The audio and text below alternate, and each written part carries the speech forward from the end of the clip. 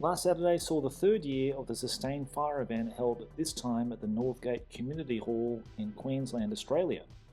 About 34 players were in attendance for a big day of Warhammer 40,000 2nd Edition action.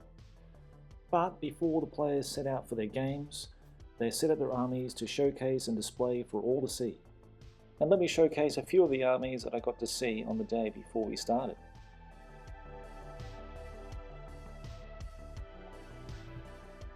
The first army here is a collection of painted orcs and Gretchen that encompass models from early Rogue Trader to modern third-party designs.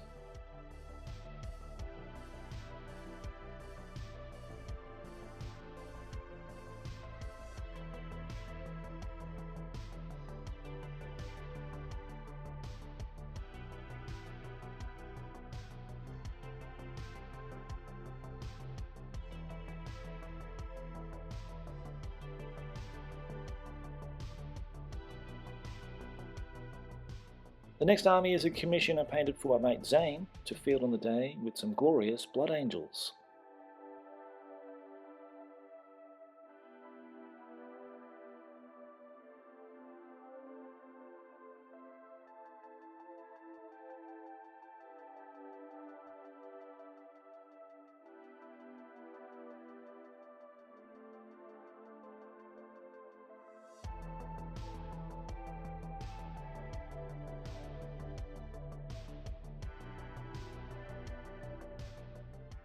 My first opponent today was my old-time friend Marcus, and we haven't played 2nd edition since 1995. And just look at his incredible orc army he painted.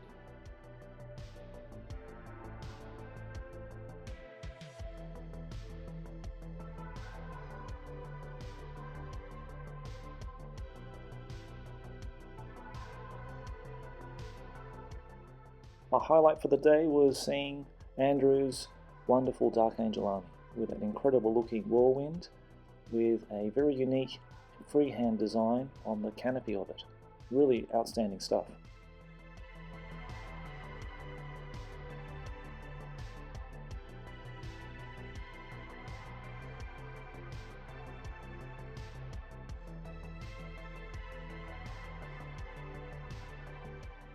Andrew will be playing against Ben's Tyranid army in his first game, which is full of these awesome armor cast resin kits that made such an imposing sight on the table.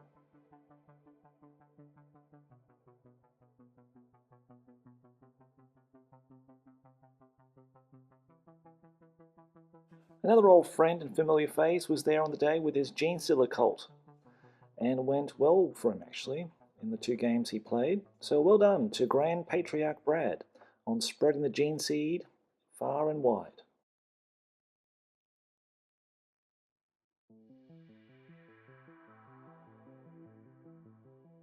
The next army looked like it had been painted back in the 90s, and it actually was. Nothing touched up or emblemished in any way.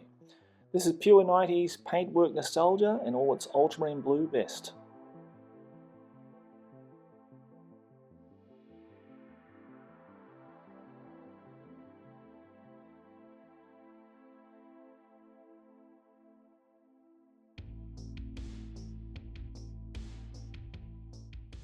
Will had made up this lovely Dartifacts card for today's giveaway to be played in the special event game later in the day.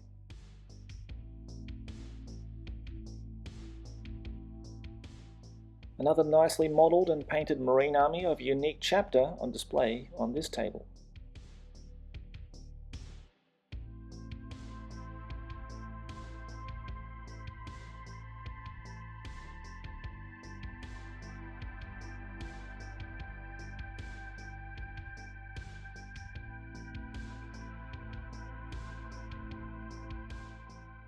Now to a glorious green table that an ultramarine army was just radiating off in all its blue glory.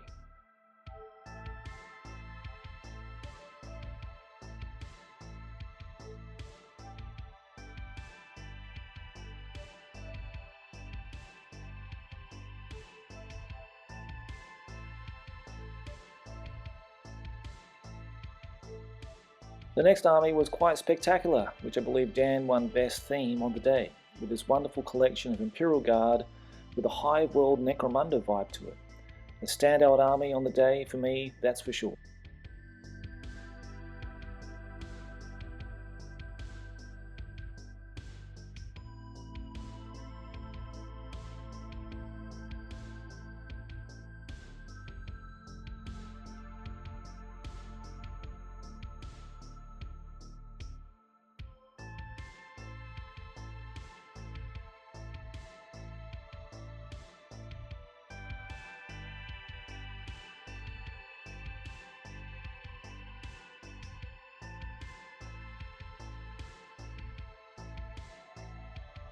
And I was hoping to see Eldar on the day, and I was not disappointed with all these glorious models and fitting paint jobs.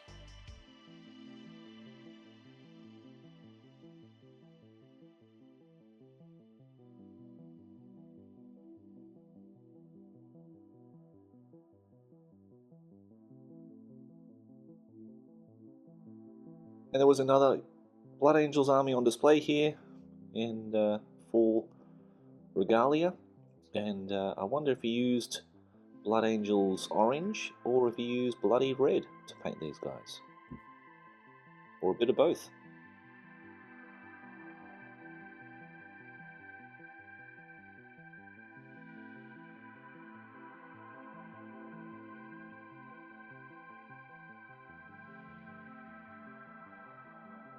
And hats off to Paul Dale for this awesome looking Imperial Guard army, which consists of primarily all Rogue Trader miniatures, with the exception to the tanks and maybe one of the characters in the foreground here, but that could also be a Rogue Trader model. But it's something really nice to see, because you don't often get to see a full Rogue Trader Imperial Guard army on the table. And just check out that Commissar with a Power Fist, Trench Coat and Power Sword. Just lovely stuff. So well done, Paul. Really enjoyed that, man.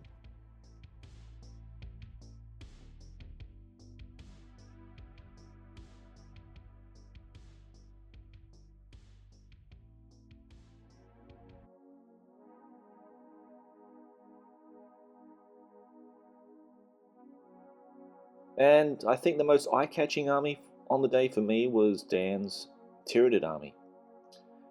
He had painted it exactly as per the heavy metal pages in the Codex and in White Dwarf magazines, and I think it's an absolutely stunning job. I was surprised this didn't win Best Painted at the day.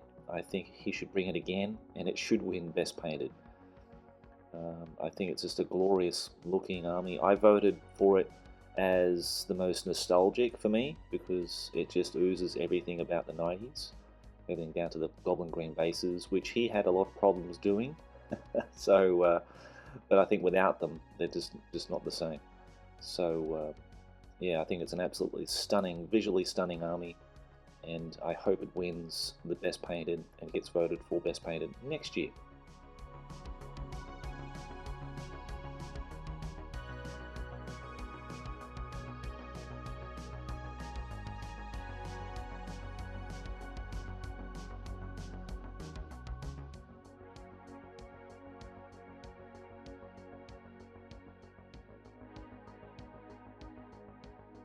And Paulie brought down his squads, and I got to talk to Paulie for a little bit on the day, which is lovely. He's a really nice guy, and of course I remember him from his interview on the Sustained Fire YouTube channel, presenting his army that he's been collecting since the 90s, since he got into the hobby.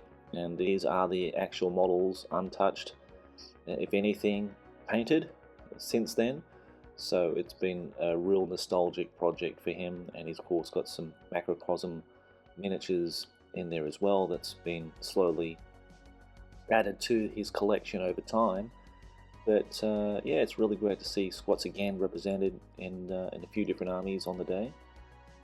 And here we have a really visually striking looking table with these alien looking type vegetation popping up through the tabletop here, with a equally stunning looking, this is a battle army facing against Imperial Guard force.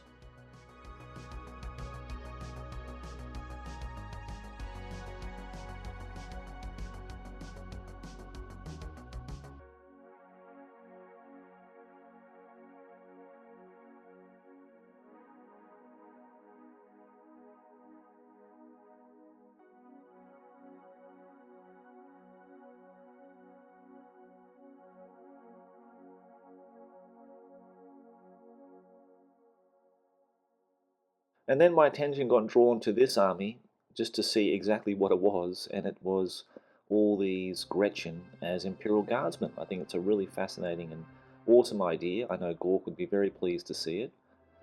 And yeah, wonderful little conversions, even got the Rough Riders there, and some converted tanks and Ogrins.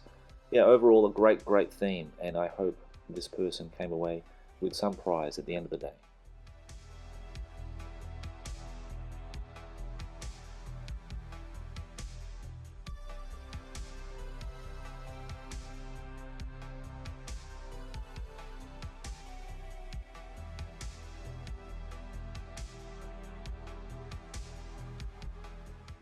Another wonderful representation of an Ultramarines army in this particular force, so it's good to see the Emperor was strong with many of the players on the day.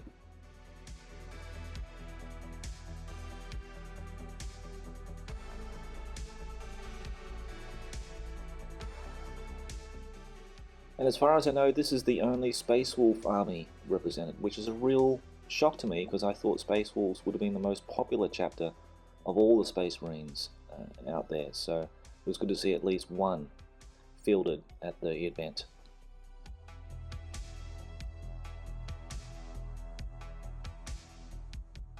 And shout out to patron Paul, who flew all the way up from the ACT to attend the event here to play 2nd edition for the very first time using somebody else's squad army on the day. So I know Paul had a fantastic time playing, and he'll be definitely back, hopefully collecting his own 2nd edition army to field next year.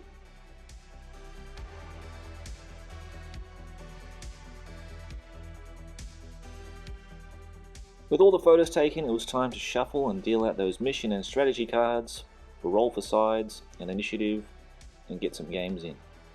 I had a great time at the event, and I would recommend anyone to get involved next year.